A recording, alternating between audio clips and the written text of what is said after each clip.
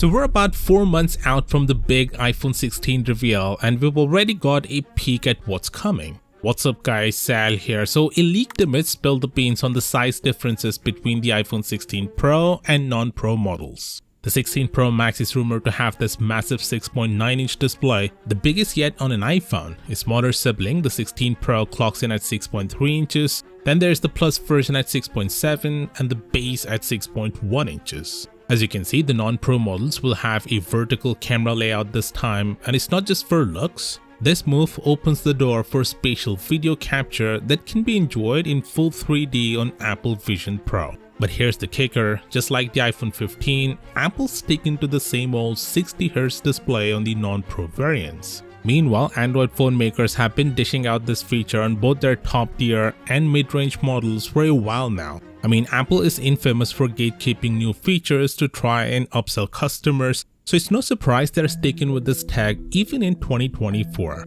And mark my words, you'll probably hear Apple apologists defending it, saying Apple knows what's best for its users and that 60Hz is plenty fine for an iPhone starting at $900. Anyway, coming to the iPhone 16 Pro models, they look pretty much the same, except now there's a new capture button that detects multiple levels of pressure. This means you'll get even more precise focusing and better shots when snapping photos or shooting videos. Oh, and here's a cool tidbit. The Pro models are getting a glossy titanium frame similar to what we saw on the iPhone 14 Pro Max. Personally, I thought that looked slick. The only thing I'm crossing my fingers for is that it doesn't turn into a fingerprint magnet.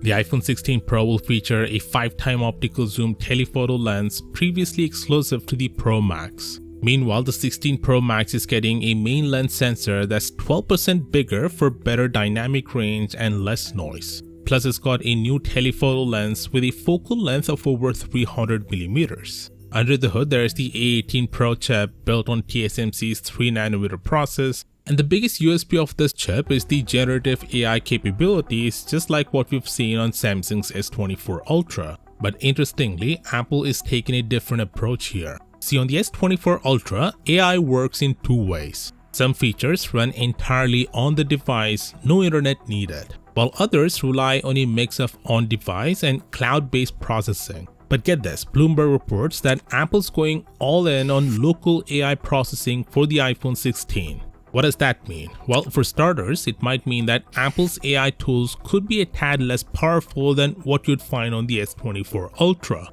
But it's not all bad news. Going local means faster response times and tighter privacy controls. Plus, it also means that Apple might control which iPhone gets access to those AI features. Unlike Samsung, who rolled out AI features to older flagships, Apple might hold back, citing hardware limitations. Recent iPhones have more than enough AI horsepower for these features, so this shouldn't be the case. But hey, it's Apple we're talking about. If they can sell a 60Hz flagship phone in 2024, don't be surprised if they say your older iPhone can't handle these AI features. Anyway, let me know what you think about this, and I'll see you tomorrow.